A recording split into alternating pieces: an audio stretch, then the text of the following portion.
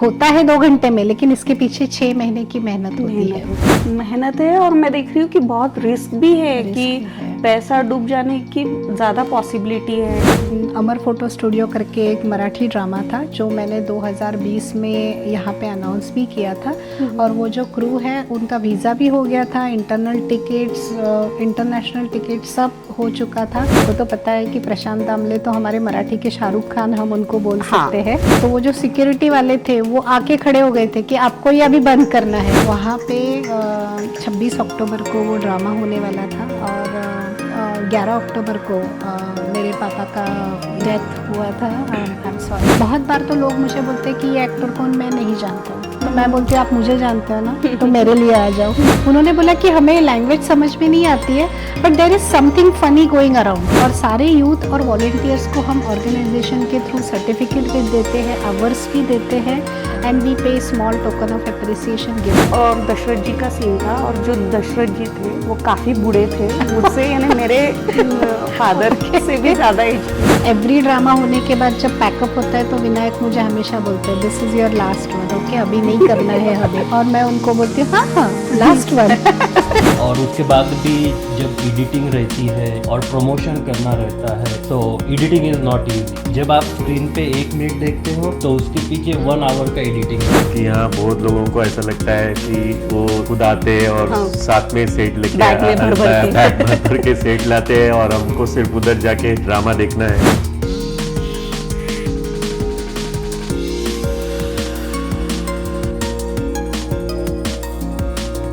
अनुपमा जी, फिर से एक बार नमस्कार। पार्ट 1 में हम ऑलरेडी मिल चुके हैं। आपके सुंदर से घर की हमने सैर की, doctor Parnerkar life management foundation के बारे में हमने बहुत सारी जानकारी ली। उसमें आपका जो भी कंट्रीब्यूशन है, कितने बड़े पैमाने पे आप वॉलंटियरिंग करते हो, बहुत सारे इवेंट्स अरेंज करते हो, इसके बारे में भी हमें बहुत सारी जानकारी मिली। उसके अंडर मैंने देखा है कि यू आर द पायोनियर, कि जो भी हमारे एडमिंटन में कनाडा में मराठी प्लेज आते हैं उसकी अगर कोई करता धरता है तो आप है। तो उसके रिलेटेड मेरा पहला सवाल है, ये आपने कब से स्टार्ट किया मराठी प्ले एडमिंटन में लाने के लिए, और उसके पीछे क्या मोटिवेशन था? आपको क्यों ऐसे लगा कि मैं एंटरटेनमेंट के बहुत सारे माध्यम है लेकिन प्ले ही मैं क्यों लाऊं एडमिंटन में? इसके पीछे आपकी क्या धारणा थी? बहुत अच्छा सवाल पूछा आपने, और करता धरता ये बहुत बड़ा वर्ड आपने यूज किया हुआ है, क्योंकि यहाँ पे और भी गुजराती, हिंदी ये लोग भी अपना ड्रामा लेके आते हैं।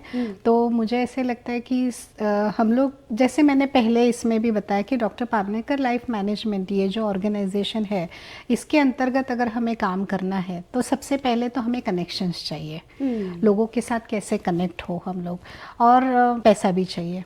और सबसे बड़ी बात, मुझे बहुत अच्छा लगता है इवेंट ऑर्गेनाइज करना, लोगों से मिलना। और जैसे हम इंडिया में थे तो अगर हमें कोई प्रशांत दामले से मिलवाता है तो हमें बहुत अच्छा लगता है। We are very passionate about the artist, actors.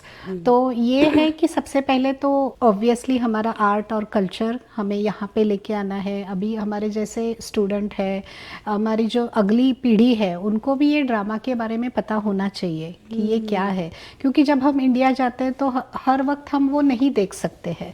तो अगर वही हम यहाँ लेके आते हैं, और सबसे बड़ी बात, ये जो स्टेज हम बनाते हैं इसके पीछे भी बहुत सारे 2 साल पहले जो हमने एक ड्रामा किया था उसमें तो एक गोरा लड़का आया था, उसने बोला था कि मुझे ये सीखना है। पूरा सेट बनवाने में हमारी हेल्प की। तो सबसे पहले मुझे इवेंट करना अच्छा लगता है, कनेक्शंस अच्छे लगते हैं, और डॉक्टर पारनेकर लाइफ मैनेजमेंट के थ्रू हमें फंड रेज भी करना है। लेकिन फिर प्ले क्यों? क्योंकि बहुत सारे माध्यम है, हम कुछ भी इंडिया से हम ला सकते हैं यहाँ पे। तो मेरे ख्याल से प्ले नहीं, आपने एक बार महेश काळे जो बहुत बड़े क्लासिकल सिंगर है उनको भी बुलाया था, वो भी बहुत सक्सेसफुल रहा वो। तो यानी कोई उसके पीछे खास रीजन है? आपको खुद को ही प्लेज बहुत अच्छे लगते हैं? जैसे मूवी जो है ना शीतल, हम टीवी पे भी देख लेते हैं, ऑडिटोरियम में भी जाके देखते हैं। ये अपना जो स्टेज है ना, प्ले जो है, ये हमारे सामने आर्टिस्ट परफॉर्म करते करते हैं। हाँ। उसके पीछे जो एक लाइव एक्सपीरियंस है ना, वो मुझे लगता है कि एक डिफरेंट अनुभव आपको देता है कि सामने। और ये आपने, अगर आप, आई नो आप ड्रामा, म्यूजिक, आर्ट और कल्चर में आप भी ड्रामा में माहिर हो, आपको पता है कि ये प्ले प्रेजेंट करना ये होता है 2 घंटे में, लेकिन इसके पीछे 6 महीने की मेहनत होती है। तो ये जो है, ये हमें लोगों के सामने अभी लेके आना है, क्योंकि मूवी तो बहुत सारी इंग्लिश में भी आती है, हिंदी में भी आती है, मराठी में भी आती है,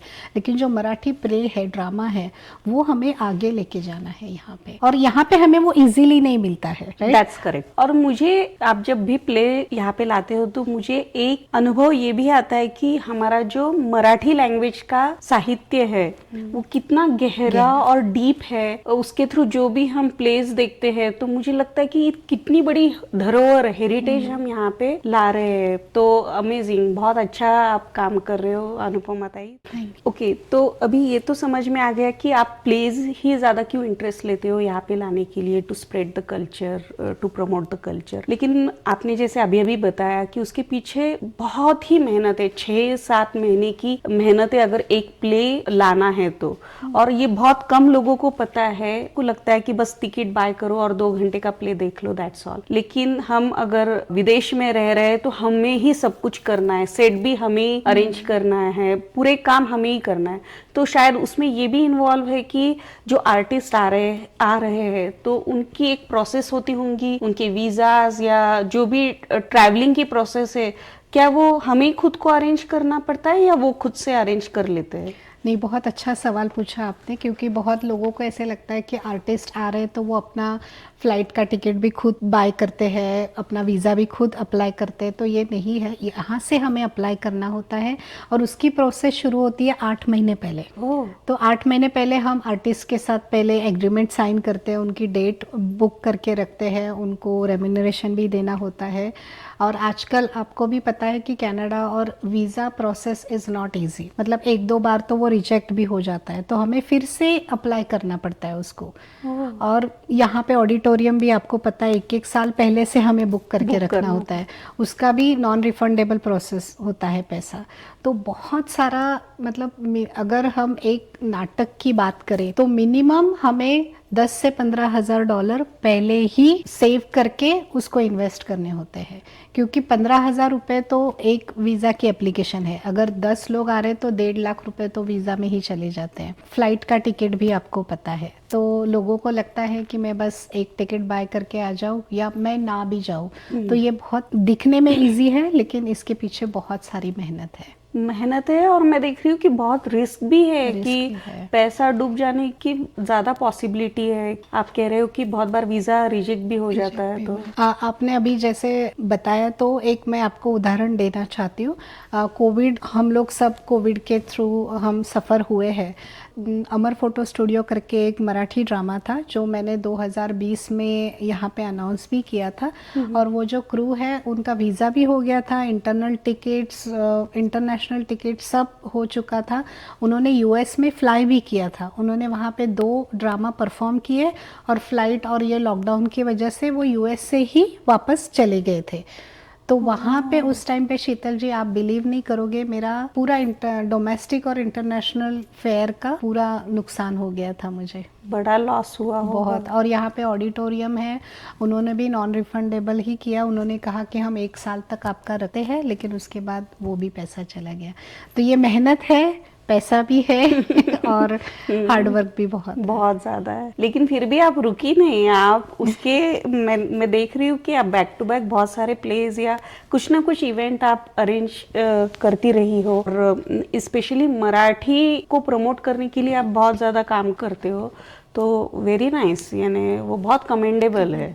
आपको पता है शीतल, सबके लाइफ में फेल्यूर तो आता है, राइट? लेकिन फेल्यूर से हम बाहर कैसे निकले, वही तो एक जिंदगी है, राइट। ये तो बहुत बड़ा मोटिवेशन है। Very nice. अनुपमा ताई, अभी तो मुझे क्यूरियोसिटी हो रही है कि ये बड़े बड़े जो आर्टिस्ट आते हैं, जो प्ले में के, हम प्ले में के बोल रहे हैं, लेकिन एक्चुअली वो बहुत बड़े बड़े आर्टिस्ट है। अभी अभी आपने नाम लिया प्रशांत दामले, जो कि मराठी इंडस्ट्री का बहुत बड़ा नाम है वो। तो इतने बड़े बड़े आर्टिस्ट जब यहाँ यहाँ पे आते हैं एडमिंटन में, तो उनका अकोमोडेशन या जो भी हॉस्पिटैलिटी है वो आप कैसे मैनेज करते हो? क्या यानी कुछ खट्टी मीठी बातें हैं उसके पीछे, या वो भी एक बड़ा चैलेंज है आपको? नहीं, जब वो आर्टिस्ट तो बड़े हैं ही, आपको तो पता है कि प्रशांत दामले तो हमारे मराठी के शाहरुख खान हम उनको बोल हाँ। सकते हैं तो बट हमारे जो मराठी के आर्टिस्ट हैं ना, जितने वो बड़े हैं ना, उतने एज ए ह्यूमन भी उनका दिल बहुत बड़ा है।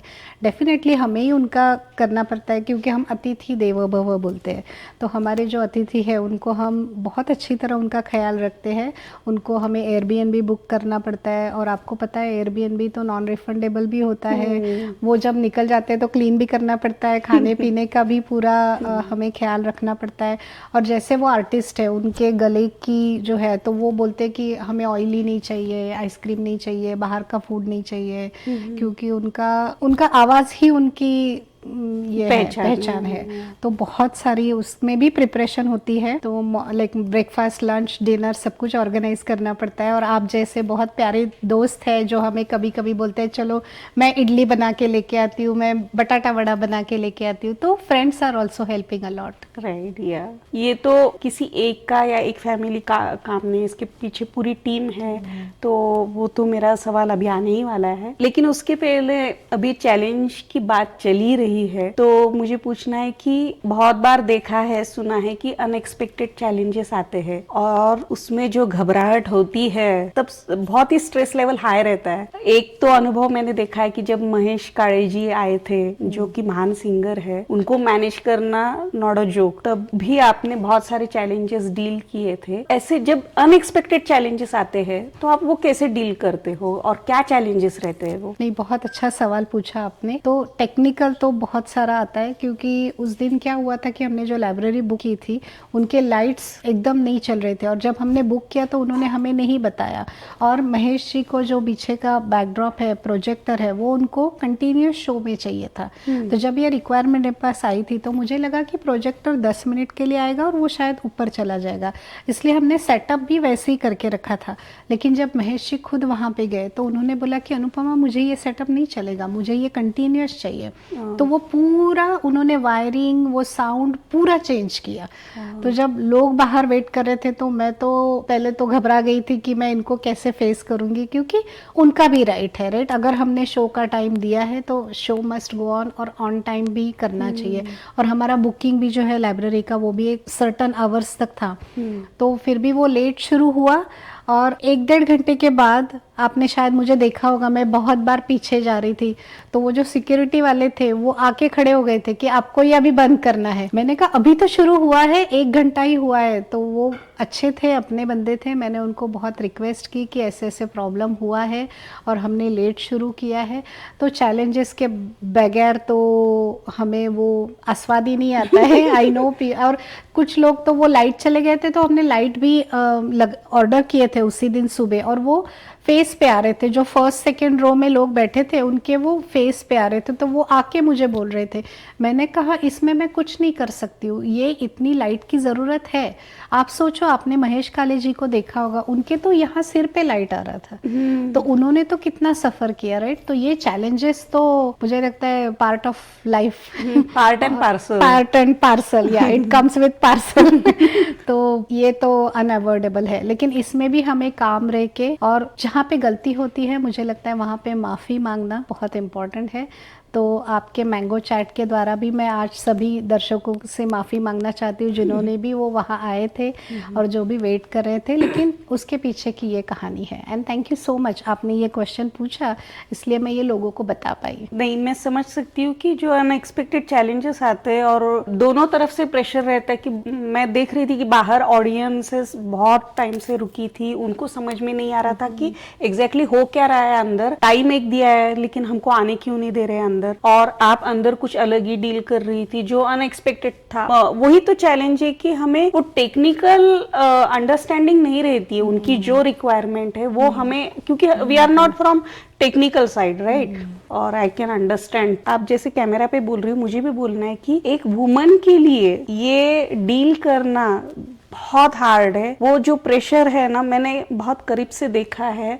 सिंगल हैंडेड वो बोलती है कि मेरे पीछे मेरे हस्बैंड, पूरी टीम थी, लेकिन मैं उनकी मानसिकता समझ सकती हूँ कि वो क्या प्रेशर के थ्रू जा रही थी तब, कि इतने सब लोगों को हैंडल करना। साथ में महेश काळे जो एक बहुत बड़ा नाम है, वो बहुत बड़े क्लासिकल सिंगर है, उनको भी हैंडल करना बहुत बड़ा चैलेंज था वो, लेकिन वो आपने बहुत बखूबी हैंडल किया। या और जैसे अभी आप बोल रहे थे ना, स्ट्रेस में भी हमें कैसे बाहर निकलना है, तो मैंने एक ट्रिक किया था। मैंने बोला कि मेरे 2 फ्रेंड्स थे, मैंने उनको बोला कि आप जाके लेडीज़ को हल्दी कुमकुम लगाओ और जेंट्स को वो टीका लगाओ।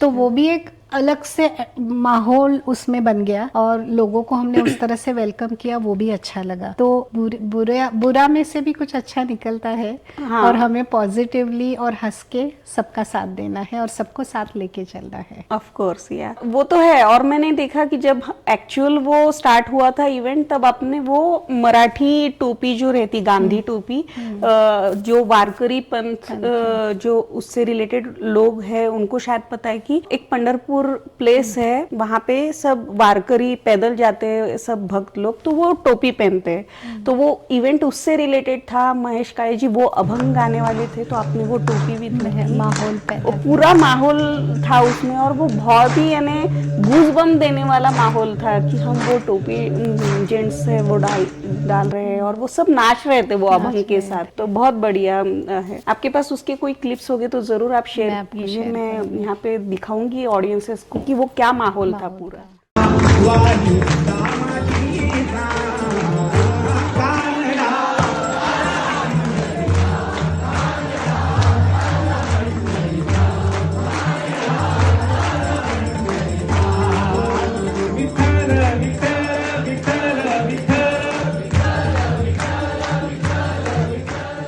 ओके अनुपमा ताई, अभी हम बात करेंगे कि ये सब कुछ डील करते करते, हैंडल करते करते आप तो बहुत बड़े प्लेटफॉर्म पे इसे प्रेजेंट करते हो, लेकिन ऑन द कॉन्ट्ररी कम्युनिटी का या ऑडियंसेस का कैसा रिस्पॉन्स रहता है? स्टार्टिंग फ्रॉम वॉलंटियरिंग वर्क, जो ऑडियंस है वो भी वहां तक, आपको ये पूरी जर्नी में कैसे सपोर्ट मिलता है या नहीं मिलता है, या कैसे रिस्पॉन्स रहता है उसका?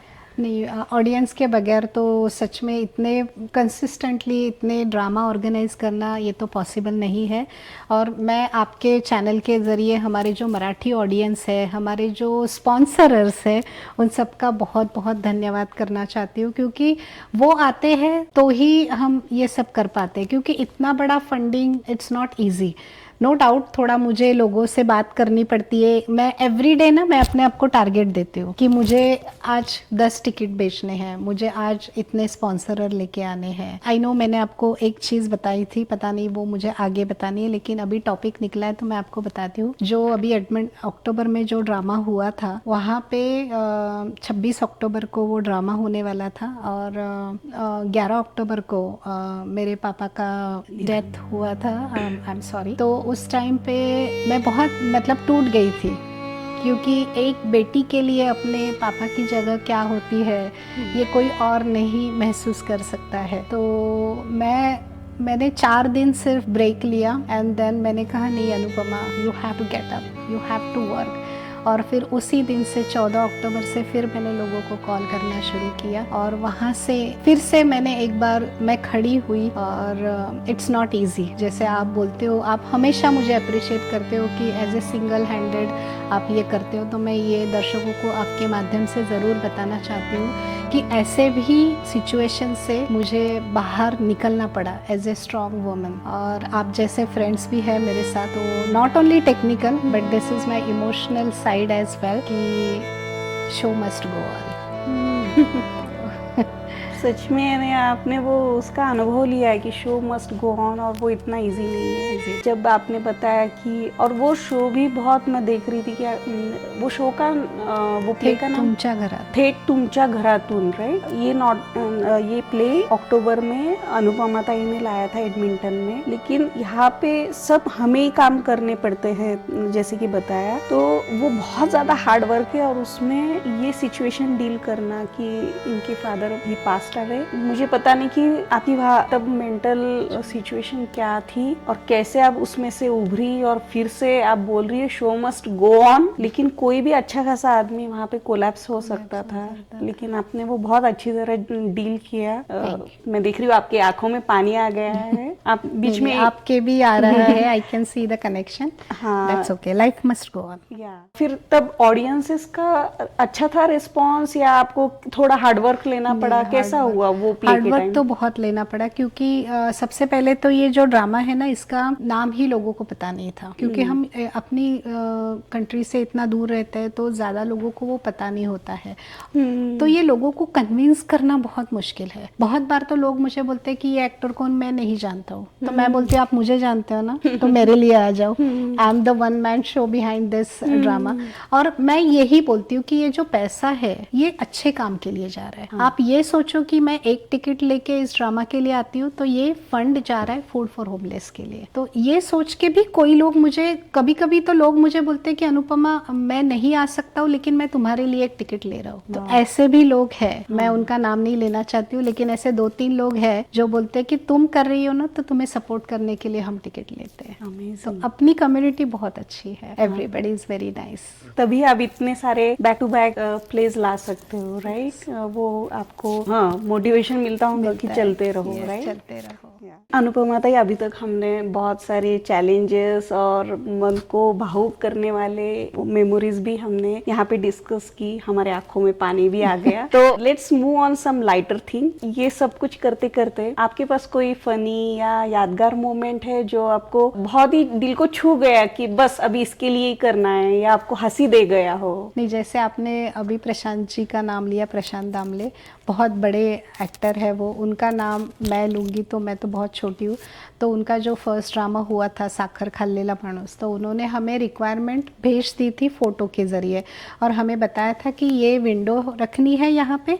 और हमें नहीं पता था, हमने वो फ्लेक्स पे प्रिंट करवा ली, क्योंकि हमें नहीं पता था कि उनको रियल विंडो चाहिए। तो वो जब आए उन्होंने बोला अनुपमा विंडो नहीं है यहाँ पे। मैंने कहा मुझे क्या पता। तो बोलते ये जगह है, यहाँ से तो मैं कूद ही जाऊँगा अभी। तो उन्होंने वो ट्विस्ट इतना अच्छा दिया वहाँ पे, और वो हमें और प्रशांत जी को पता था कि यहाँ पे गड़बड़ क्या है, लेकिन लोगों को तो इतना मजा आया, इतनी हंसी आई कि उनको लगा कि उन्होंने ये सच में है, लेकिन वो डायलॉग है ही नहीं ओरिजिनल ड्रामा में। अच्छा। ये उन्होंने ऐड किया हुआ है।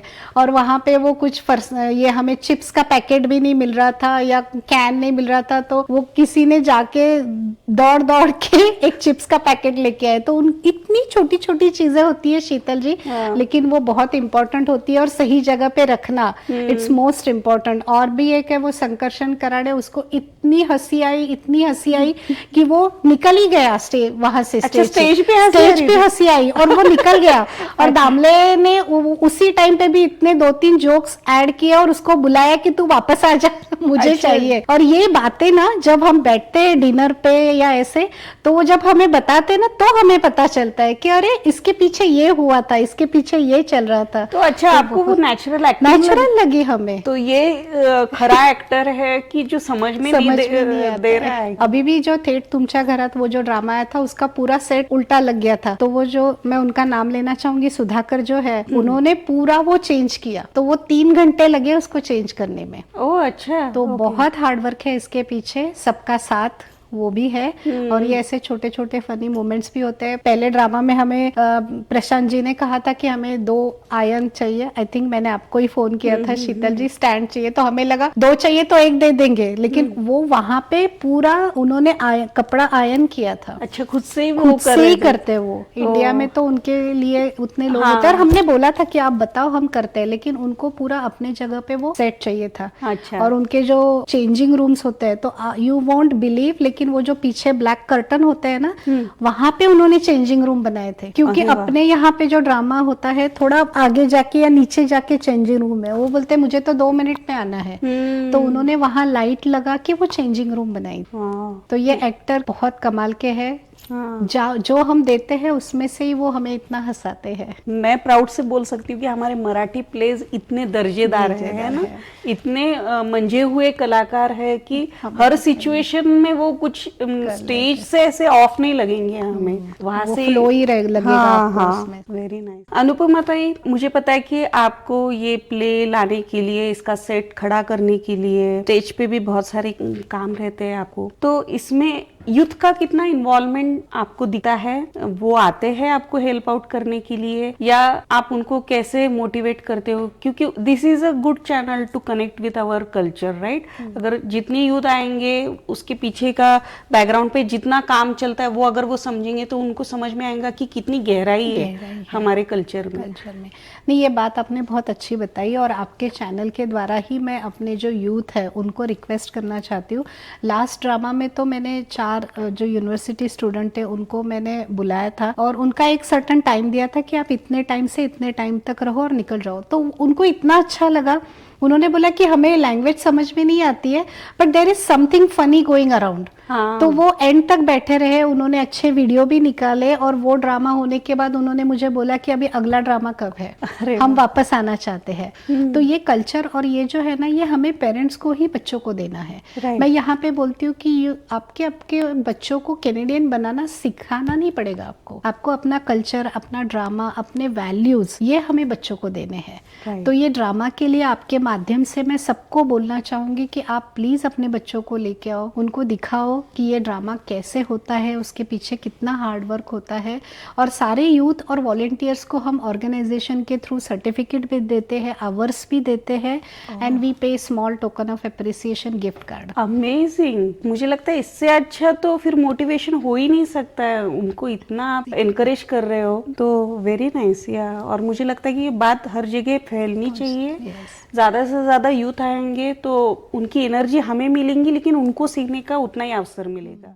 शीतल जी, आई नो ये आपका पॉडकास्ट है, आप मुझे सवाल पूछ रहे हो। एक सवाल मैं आपको अभी पूछना चाहती हूँ कि आप यहाँ पे जो ये रामलीला और ये होता है, आई नो आप वहाँ पे भी पार्टिसिपेट करते हो, आपको पता है कि ड्रामा कैसे होता है, आप अपना एक एक्सपीरियंस शेयर करना चाहोगे? श्योर। ड्रामा तो मेरे दिल के पास ही है, बचपन से मैं पार्टिसिपेट करती हूँ। तो रामलीला यहाँ पे भी मुझे चांस मिला, अपॉर्चुनिटी मिली, आई एम वेरी थैंकफुल। जैसे आपने कहा कि बहुत सारे चैलेंजेस होते, ड्रामा इज नॉट इजी। तो रामलीला का एक बड़ा चैलेंज है कि आपको रामायण अच्छी तरह पता होना चाहिए। ऐसे ही नहीं कि मेरा कैरेक्टर मुझे समझ गया, जैसे कि मैं कैकेयी परफॉर्म करती थी, तो कैकेयी क्या थी, कौन से एज में उसने वो क्या क्या किया होगा, वो समझने के लिए आपको थोड़ा बहुत रामायण, उनके कैरेक्टर्स, उनकी मानसिकता समझने की जरूरत रहती है। यही मुझे चाहिए था आपसे। हमारी प्रैक्टिस हो भी गई हो तो भी हम वहां पे बैठते हैं दूसरों की प्रैक्टिस देखने के लिए, क्योंकि हमको वो कैरेक्टर समझ में आता है। जैसे कि दशरथ, मेरा और दशरथ जी का सीन था, और जो दशरथ जी थे वो काफी बूढ़े थे मुझसे, यानी मेरे फादर से भी ज्यादा एज के थे। अभी उनसे मेरी केमिस्ट्री आना यानी एक बहुत बड़ा चैलेंज था, क्योंकि मैं उनको फादरली ऐसे देख रही थी। मैं कैसे वो जिद करूं कि मुझे चाहिए, राम को आप भेजो, क्योंकि मुझे वहां पे बहुत गुस्सा करना था स्टेज पे। फिर मैंने सोचा कि पहले मैं इनसे बात करती हूँ, थोड़ा कनेक्शन बढ़ाती हूँ, वो भी मेरे कैरेक्टर को समझे, मुझे बेटी की तरह ना देखते हुए कैकेयी की तरह देखे, मैं भी उनको दशरथ जी के जैसे देखूं। फिर वो हम कुछ स्टेज पे दिखा पाएंगे, क्योंकि मुझे बहुत फेंकना था गुस्से में। मुझे डर था कि मेरी एनर्जी में गुस्से में कुछ फेंक दूं तो उनको लग जाएगा ये वो। तो बैठ के हमने बहुत सारी बातें की, थोड़ी केमिस्ट्री हो गई, फिर वो हम स्टेज पे आके दिखाते थे, और वैसे दूसरे भी सीन देखते थे। तो आपने बात छेड़ी है रामलीला की, तो ऐसे ही वो मुझे प्ले का अनुभव है, इसलिए मैंने आपको एक क्वेश्चन पूछा।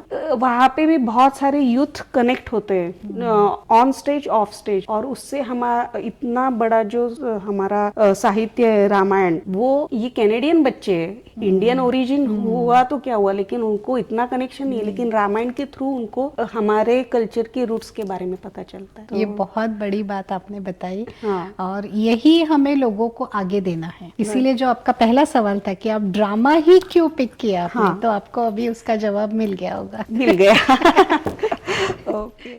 अभी इतना सब कुछ हार्डवर्क आप लेते हो, आपको कब ऐसे फील होता है कि ये वर्थ इट है? मुझे पता है कि बहुत बार आपको लॉसेस झेलने पड़ते हैं, ये है, फिर भी एक मुझे लगता है कि वो प्ले देखने के बाद आपको वो सेटिस्फेक्शन मिलता होगा कि जो भी किया है अभी तक वर्थ इट हुआ है, ये अच्छा हुआ है। तभी लगता है या कब लगता है आपको? नहीं, वर्थ इट तो मुझे जब शो होता है और उसके बाद जो लोग आके मुझसे मिलते हैं और वो एक थैंक यू वाला जो नोट होता है ना उनके लिए कि थैंक यू सो मच, आप यहाँ पे लेके आए और हमें ये देखने को मिला। और हमारे बच्चों ने, एक तो अपने लास्ट ड्रामा में आपने देखा होगा, एक 3 साल का बच्चे ने उसको रिप्लाई दे दिया था, जवाब दे दिया हाँ था। हाँ हाँ, तो ये जो लोगों की खुशी है, ये अंदरूनी सेटिस्फेक्शन है लोगों का, ये मुझे हर बार मोटिवेट करता है कि मैं और करूं। एवरी ड्रामा होने के बाद जब पैकअप होता है तो विनायक मुझे हमेशा बोलते हैं this is your last one, okay, अभी नहीं करना है हमें। और मैं उनको बोलती हूँ हाँ हाँ लास्ट वन। अभी इतनी कलाकारों के बारे में बात कर रहे हैं तो मुझे बहुत क्यूरियोसिटी है कि ये कलाकार कैसे रहते हैं, बहुत फुटेज खाते हैं या कैसे रहते वो हैं? बहुत अच्छे होते हैं, कोऑपरेटिव रहते हैं? बहुत कोऑपरेटिव होते हैं। मैं उनका नाम नहीं लेना चाहती हूँ, लेकिन एक कलाकार जो पिछले इस बार नहीं, उसके पहले वाले ड्रामा में आई थी, तो मैंने उन लोगों का खाना बनाया। मुझे लगा अभी वो जाके सो जाएंगे क्योंकि पहले रात को उनका टोरंटो में शो हुआ था, वो उन्होंने 3 घंटे ही नींद ली थी। तो वो जैसे ही आई बोलती नहीं अनुपमा हमें शॉपिंग के लिए जाना है। मैंने कहा मुझे ये पूरा क्लीन करना है, तो उसने मुझे डिश वॉशर लगाने से पूरा किचन क्लीन करने तक पूरी हेल्प की। तो अरे बाप अपने रे। जो मराठी आर्टिस्ट है वो बहुत डाउन टू अर्थ होते हैं। अभी भी जो थेट तुमच्या घरातून जो लोग कलाकार आए थे बहुत डाउन टू अर्थ है, इसीलिए ये मोटिवेट करते हैं कि हम इनको और बुलाए और लेके आए और लोगों तक उनकी कला पहुंचे। अमेजिंग, ये तो बहुत ही सुनने में अलग लग रहा है। उन्होंने हेल्प किया Help आपको, की। चाहे तो वो कितना भी टेंट्रम्स दिखा सकते थे। थे। ओके अनुपमा ताई, तो एक लास्ट क्वेश्चन मैं आपको पूछ लेती हूँ, क्या फ्यूचर प्लान्स है? आप कैसे देखती हो मराठी थिएटर को? आपको कितना उसे बढ़ाना है, यहाँ पे लाना है, प्रमोट करना है? आपका क्या विजन है उसमें? ये तो मुझे आपसे ही पूछना है कि आप इतनी अच्छी कलाकार हो, आप इतना ड्रामा के आपने अभी बताया कि आपके हृदय में है, और आपने ये बहुत अच्छी बात बताई कि उस कैरेक्टर को निभाने के लिए उस कैरेक्टर को समझना चाहिए। तो मैं आपके चैनल के द्वारा आपको ही रिक्वेस्ट करती हूँ कि आप ही ये इनिशिएटिव ले लो और हम मिलके काम करेंगे और बच्चों को drama, not including acting, direction और सेट डिजाइनिंग, सब कुछ हम उनको दे सके। जरूर। तो मैं तो आपको ही रिक्वेस्ट करती हूँ कि आप इनिशिएटिव लो। डॉक्टर पारनेकर लाइफ मैनेजमेंट तो आपके पीछे है ही। अरे वाह, जरूर जरूर। आप जैसे अनुभवी लोग अगर है तो क्यों नहीं। और सच में मैं जैसे कि हिंदी स्कूल में वॉलंटियरिंग करती हूँ, वहां पे मैंने देखा कि जितना हम ड्रामा सिंगिंग करेंगे ना, बच्चे उतने रूट से कनेक्ट होते हैं। रादर देन थेरोटिकल हम जब पढ़ाते उनको तो वो बोर हो जाते, उनको इतना इंटरेस्टिंग फील नहीं होता है। लेकिन मैंने देखा कि ड्रामा सबसे अच्छा माध्यम है उनको अपने रूट से कनेक्टेड रखने के लिए। तो क्यों नहीं, जरूर आप जो भी इनिशिएटिव लोगी वो बहुत ही अच्छा होगा, जन कल्याण के हित में ही होगा। तो जरूर हम सब आपके पीछे हैं अनुपमा ताई। थैंक यू शीतल। और मैं आपके मैंगो चैट के द्वारा आपका हार्डवर्क और अजीत जी का हार्डवर्क देखती हूँ, तो मुझे आप दोनों को ये सवाल पूछना है अजीत जी कि थोड़ा पर कैमरा से पीछे निकल के कैमरा के आगे आके आप प्लीज यहाँ पे मुझे बताओ कि ये मैंगो चैट के पीछे जो हार्डवर्क मैं देख रही हूँ, आप 2 शब्द यहाँ पे आके प्लीज बताइए। मेरे हस्बैंड कैमरा के पीछे है और वो शर्मा रहे हैं, but if you would like to share something you can come. या मैंगो चैट जो शीतल जी ने शुरू किया है उसके पीछे रैशनली बहुत ऑथेंटिक है। जैसे कि she wants to capture all the skills, all the expertise within the community and outside of the community. मैं तो बहुत छोटा पार्ट हूँ उस इनिशिएटिव का। I just take care of the cameras and lights, but लोगों से बात करना फर्स्ट थिंग स्टार्ट्स की ओके अपने कम्युनिटी में कौन है who will be inspiration for the youth and other communities. So that is how she starts her journey. She reach out to those people. When we reach out to 10 people, 8 are comfortable, 6 says yes, and then that is how the discussion starts. So it is not an easy journey कि okay you just give a call, आप call करते हो and आगे वाले जो party है वो बोलती है कि हाँ ठीक है हम लोग शूट कर लेंगे। Few are कैमरा शाय होते, they are not ready to come up with the ideas and all those things. तो this is not easy. She is doing a great work to highlight the community skill and the expertise. और उसके बाद भी जब editing रहती है और promotion करना रहता है, सो एडिटिंग इज नॉट इजी. जब आप स्क्रीन पे 1 मिनट देखते हो तो उसके पीछे 1 आवर का एडिटिंग रहता है, because the same video has to be listen again and then come up with the proper edition. So all efforts goes to her, and thanks to you as well. Thanks for being a part of Mango Chat family, and I think it is going well. Thank you so much. Husband के मुंह से इतना सुनना मैं सहन नहीं कर पाऊंगी उसे, लेकिन थैंक यू. और अनुपमा ताई, आपको सबसे ज़्यादा थैंक यू. आप तो मेरा चैनल प्रमोट कर रहे हो, ये इनकरेजमेंट के लिए रियली थैंक यू. लेकिन सबसे बड़ा आप काम कर रहे हो कि हमारे कल्चर को आगे बढ़ाना, उसे प्रमोट करना. और इसलिए मैंने बार बार बोला, आप पूछ रही थी कि मैं क्या बोलूँ, मुझे इतना नहीं बोलने की आदत खुद के बारे में. लेकिन मुझे लगता है कि जो कनाडा में, यूएस में रह रहे हैं, उनको पता चले कि ये इजी बात नहीं है. 2 घंटे का प्ले देख लिया, वो 2 घंटे तक सीमित नहीं है. जैसे कि आप बता रही है कि 1 साल पहले ही आप सब स्टार्ट करते हो, प्लानिंग, प्रिपरेशन, और साथ ही साथ उसमें पैसा भी इन्वॉल्व है. तो आप ही बहुत बड़ा काम कर रही हो. आप ऐसे ही करते रहो, हमें भी इनकरेज करते रहो. And thank you so much. Thank you Sheetal ji. Thank you. अभी मैं विनायक जी, जो अनुपमा ताई के हस्बैंड है, हम उनसे होम टूर में तो मिल चुके हैं, लेकिन अभी सेट के बारे में वो बहुत अच्छी जानकारी देने वाले हैं, तो मैं उनको यहाँ पे इनवाइट करती हूँ. नमस्ते विनायक जी. नमस्ते. फिर से एक बार आपका स्वागत है इस पॉडकास्ट में. अनुपमा ताई से तो हमने बहुत इंटरेस्टिंग बातें की, जानकारी मिली, थोड़े हम इमोशनल भी हुए, और बहुत कुछ हमें पता चला कि इतना तो इजी है नहीं किसी भी प्ले को इंडिया से यहाँ तक लाने के लिए. कोई भी प्ले हम लाते हैं तो उसका मेन पार्ट होता है सेट.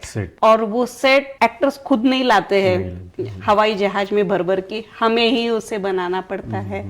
और बनाना पड़ता है, यानी फिर अगेन उसमें डिजाइनिंग आ गई, इंटेलिजेंस आ गया, और हार्डवर्क आ गया. तो आप ये सब से कैसे डील करते हो? आपके पास क्या कोई प्लानिंग होती है, या कैसे वो स्टडी करते हो, और आप कैसे खड़ा करते हो इतना बड़ा सेट? आपने अच्छा पूछा, क्योंकि यहाँ जैसा आपने बोला और अनुपमा ने भी बताया कि यहाँ बहुत लोगों को ऐसा लगता है कि वो खुद आते हैं और साथ में सेट लेके बैग भर भर के सेट लाते हैं और हमको सिर्फ उधर जाके ड्रामा देखना है. तो ऐसा बिल्कुल नहीं है. बट आप जो इंडिया में है लोग, महाराष्ट्र में सपोज, तो उनको पता है, उन्होंने जब नाटक जाके देखा है तो उनको सेट अलग रहता है. उधर जब आप जाओगे, उधर वुडन का, लकड़ी का पूरा सेट रहता है. और जो वो ट्रक, जहाँ से सपोज मुंबई से पुणे जाना है, या तो वो ट्रक में भर के उनका जो उसमें से लेके जाते हैं. लेकिन वैसा वाला सेट तो हम लोग वहाँ नहीं बना सकते. तो यहाँ हम फ्लेक्स पे प्रिंट करके वो सिमिलर डिजाइन बनाते हैं, और वो डिजाइन हमको वहाँ से दे देते हैं वो लोग. फिर हमको वो उसको फ्रेम के ऊपर हमको बनाना पड़ता है पूरा. ओह अच्छा. तो अच्छी खासी स्टडी लगती होंगी, क्योंकि उसकी मेजरमेंट समझ में आने चाहिए. और जो फर्नीचर होता है वो तो सही में लगाना पड़ता है. जैसा आपने लास्ट वाले ड्रामे में देखा था, उसमें भी बहुत सा फर्नीचर था, टेबल, मंदिर था, छोटा सा सोफा है, बहुत कुछ वो सब उधर जमा करके रखना पड़ता है. जैसा अनुपमा ने बोला लास्ट टाइम कि आपने फनी मूवमेंट कैसा है, तो इतना चीज होती है उसमें से. एक आध दूसरा, जैसा वो जो चिप्स का बोला, वैसा वो जो क्रिकेट की बैट भी चाहिए थी उसको, तो मैं सब लेके रख दिया था और मैं आगे चला गया, और क्रिकेट की बैट इधर ही रह गई थी. तो बाद में वो जस्ट बैट ढूंढने के लिए या लेने के लिए यहाँ आना पड़ा. अच्छा. तो ऐसी बहुत मेहनत, मुश्किलें भी आती है. बहुत ही नहीं, अलग ही मेमोरीज है कि एन मोमेंट पे आपको कुछ ना कुछ अरेंज करना पड़ता है, और फिर भागा दौड़ी होती है. Very nice. अरे बाप रे. तो ये सेट कैसे, यानी ये अकेले का काम है या इसके पीछे कोई टीम होती है? फिर टीम आप कहाँ से लाते हो? वो कैसे प्रोसेस होता है इसका? वो जैसा आपको बोला कि जैसा को मैं जो पहले भी बोला कि फाउंडेशन के साथ जो भी एक्टिविटीज होता है उसमें आप कोई इन्वॉल्व होने चाहते हो, या ऐसा सेम वे, बिकॉज ये हम लोग फाउंडेशन के अंतर्गत ही कर रहे हैं. तो वहाँ जो सेट की रिक्वायरमेंट है, तो हम लोग उसको वॉलंटियरिंग के लिए पूछते हैं लोगों को. जो लोग, बहुत से लोग तैयार होते हैं और आ जाते. जैसा आपके हस्बैंड है, उन्होंने भी हमको मदद की थी. वैसे बहुत से लोग हैं इधर, जैसा इन्होंने नाम लिया था, एक सुधाकर करके है, वो अभी रिसेंटली ये उसमें ड्रामा में आए थे. थे जो बहुत है सुधाकर नलावड़े करके है, नॉट सुधाकर, सागर नलावड़े करके है, वो हितेश करके विचारे करके, वो बहुत बहुत लोग है, प्रदीप टेम्बेकर, ऐसे बहुत लोग लास्ट टाइम में आए और वो हमारे से जुड़ गए।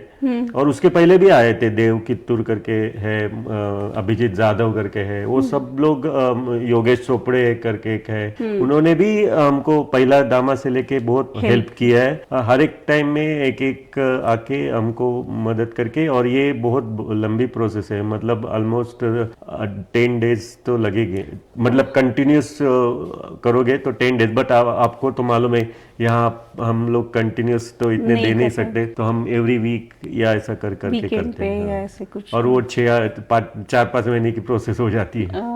कितना हार्ड वर्क है इसके पीछे, बाप रे। और जैसा आपको बोला था कि ये सेट जो उन्होंने बनाया हुआ है, लेकिन वहाँ जाके उसको स्ट्रेट खड़ा करना की वो भी एक बड़ी चैलेंज होती है। कि वो गिर न जाए, क्योंकि वो जस्ट फ्रेम बनाए होते हैं, तो उसके लिए भी वहाँ जाने के बाद वो सेट उधर खड़ा करना या इंस्टॉल करना वो भी बहुत बड़ी बात है। तो उसमें भी बहुत चैलेंजेस आते हैं, तो उसको भी ओवरकम करना पड़ता है बहुत। और वो किसी को समझ मालूम नहीं पड़ता है, क्योंकि वो तो नाटक देखने, क्योंकि this is not our professional, वो लोगों को वो समझता नहीं है। क्योंकि टिकट जो हम लोग बोलते हैं, टिकट प्राइस जो बोलते हैं, कि वो तो एक टिकट हो गया, क्योंकि जैसा हम लोग बोला कि फंड तो जमा करना है, जो इतना खर्चा है उसके लिए टिकट बोलते हैं, बट बाकी तो हमारा उसमें से कुछ है ही नहीं। बट लोगों को ऐसा लगता है, तो उनको तो एज ए प्रोफेशनल वो होता है कि हम पैसा दिया तो टिकट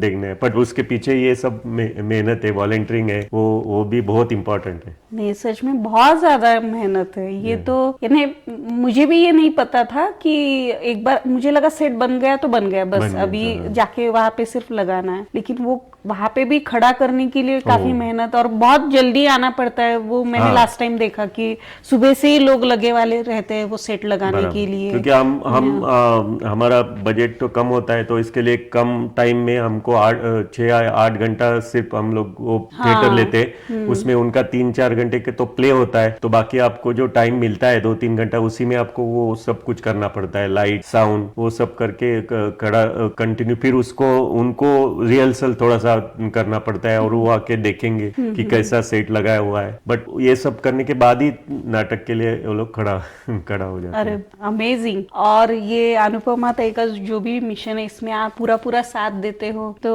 वेल डन। यानी आप, मुझे लगते हो कि हर एक हस्बैंड ने ऐसे ही साथ देनी चाहिए। जो भी आपका फाउंडेशन का मिशन है उसको आगे लेके जाने के लिए आप जो भी प्रयास कर रहे हो, कॉन्ग्रेचुलेशन ऑन दिस। और आपके आगे के जो भी आपके एम है, गोल्स है, उसके लिए आपको बेस्ट विशेष। क्यों, आपको भी आपने हमारा जो फाउंडेशन का काम जो क्या हो रहा है उसका लोगों को तब पहुंचाने के लिए हमारी मदद की, तो आपके और आपके हस्बैंड अजीत जी साले उनको भी धन्यवाद देना चाहता हूँ। It's my pleasure, thank you.